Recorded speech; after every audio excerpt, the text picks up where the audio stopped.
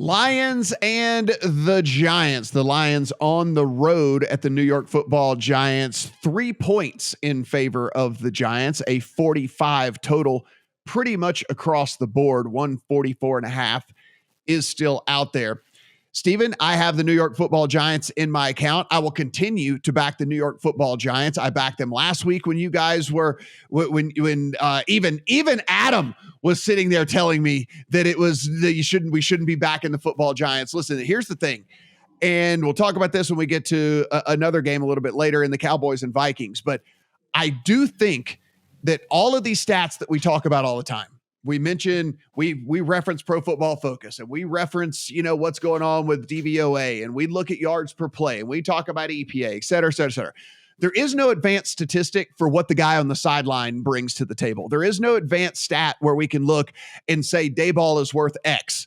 And I actually think Dayball's worth something. I think that the direction that he has this offense moving, he has called plays that are perfectly catered to the personnel that he actually has out there. He's getting the absolute most out of a middle of the range roster, maybe even bottom half roster, right? I mean, he is, I think, a spectacular coach, is going to be a superstar in this league. And so we know for one thing, that is not the case with Dan Campbell on the other side of the ball here. I mean, look, it's one of those deals where I am backing what I consider to be the better coach, the better team with a better quarterback, a better running back.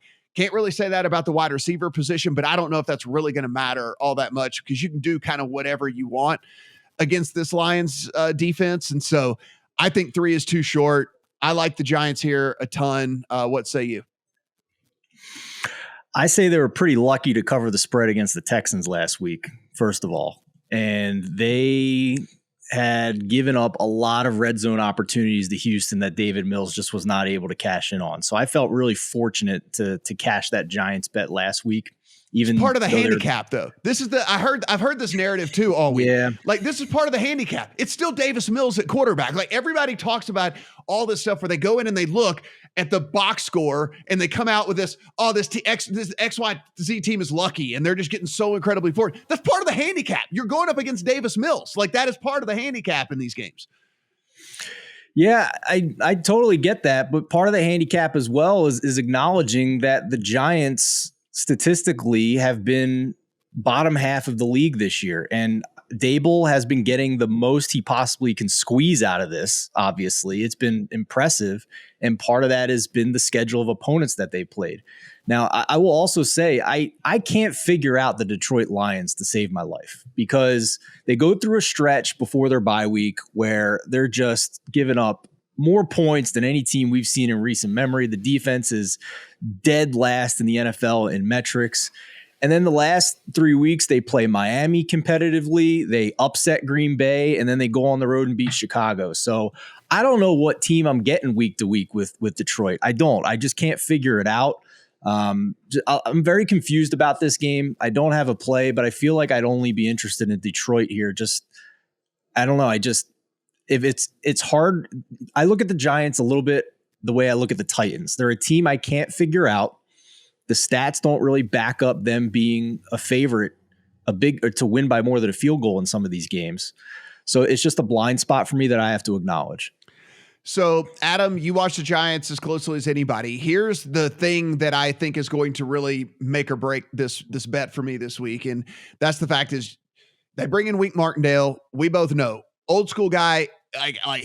He's not going to change his stripes. The Giants blitz at the number 1 rate in the NFL, and he's going to do that again against Jared Goff. Now, typically, that has been a good thing. Last week, the Bears blitz Goff on 43% of his dropbacks, and he went 8 of 11 on those plays for 0.83 EPA per play on those plays, because they weren't getting home with those blitzes. And Goff, look, he's got some talented receivers. I mean, he's got some guys that he can go to. So it's basically, for me, a very simplistic handicap where I know Martindale's not going to abandon the blitz. That's just not what he does. He took it he brought it with him from the Ravens over to New York, and he's going to do it. They just have to get home. If they get home, we know Jared Goff is terrible against the blitz. It's like if they get home, it's going to be bad news for him.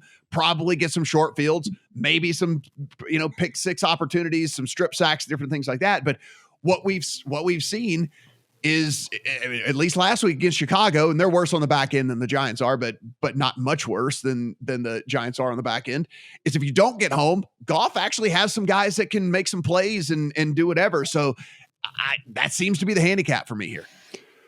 To what Steven said about trying to figure out the Lions the last few weeks, I think you can boil it down to health. When the Lions were bad for the middle third of what we've seen so far, they didn't have Amon-Ra St. Brown. They didn't have DeAndre Swift. They just didn't have the weapons, and they were banged up on the offensive line. So this particular week, I look at it and say, going back and looking at the Giants from last week, I think you're both right to a degree. The Giants were outgained by Houston in that game. The Giants also allowed 5 red zone trips that completed 6 points for the Texans. And that can be part of the handicap when it comes to it's Davis Mills. But that is the extreme part of the handicap for that's Davis Mills, right? Because let's just say you take a couple of those red zone trips and turn them into field goals, which is not crazy to think about. Then that would put the handicap a lot closer. In fact, it would have covered some numbers, not yours. Obviously, you got the best of the number with 4 in that spot. 5, 6s would have been in danger. Now, that being said, you're right. At some point, the Giants are fundamentally a little bit better than the bad teams. What scares me this week is that the Lions, when they play well, their tail distribution on the good end, they're really good offensively. And that, to me, would lead me only one way in this game, and it would be toward the over. I know the Giants don't look like much of an over team with the fact that they run the ball as much as they do, but 45 is not asking a lot. And you look at last week, even with Davis Mills being as bad as he was, you had the Giants in Houston put up 42 points. So the Lions offense is absolutely at least a field goal better than Houston, probably more so.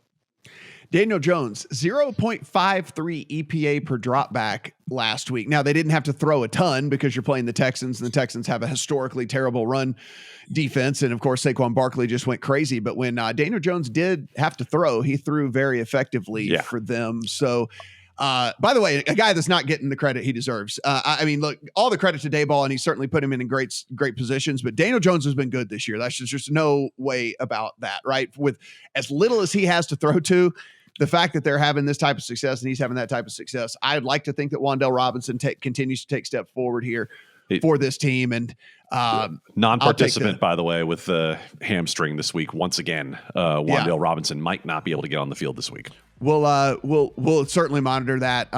Giants, Lions, interesting 3-point spread in them.